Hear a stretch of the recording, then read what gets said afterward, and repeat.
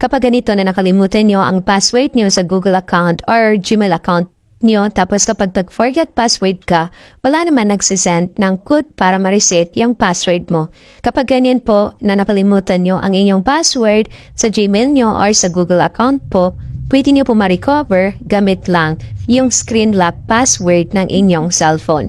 Diba may ini-enter tayong code pag mag-open tayo ng ating cellphone.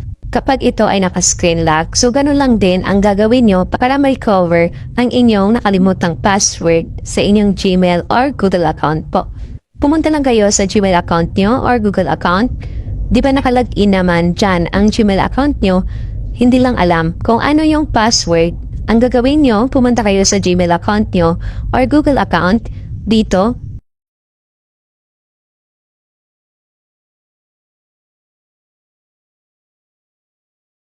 pagkatapos po, pupunta kayo sa security. At dito, scroll up lang kayo. At makikita nyo po dito ang password. Pinutin mo yung password. At dito nakalagay, verifying it's you. At dito, kailangan nyo po i-enter yung screen lock password nyo kung paano ino-open yung cellphone nyo. So, yun lamang po ang i-enter nyo dito. Tapos po, pag na-verify na po yung screen lock password nyo, dyan, pwede na po kayo gumawa ng bagong password sa Google account nyo or sa Gmail account po.